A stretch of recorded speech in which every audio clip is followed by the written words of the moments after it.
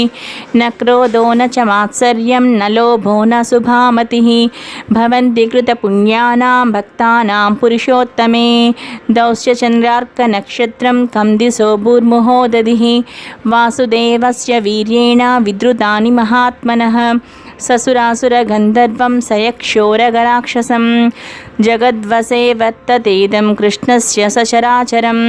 इन्द्रियाणि मनो बुद्धि सत्त्वं तेजो बलं धृतिः वासुदेवात्मकान्याहुः क्षेत्रं क्षेत्रज्ञमेव च सर्वागमनमाचारप्रथमं परिकल्पते आचारप्रभवो धर्मो धर्मस्य प्रभुरच्छता ऋषयः देवा महाभूतानि धातवः जङ्गमाजङ्गमं चेदं जगन्नारायणोद्भवं योगो ज्ञानं तदा सौख्यं विद्या शिल्पादिकर्म च वेदाशास्त्राणि विज्ञानम् एतत् सर्वं जनार्दन।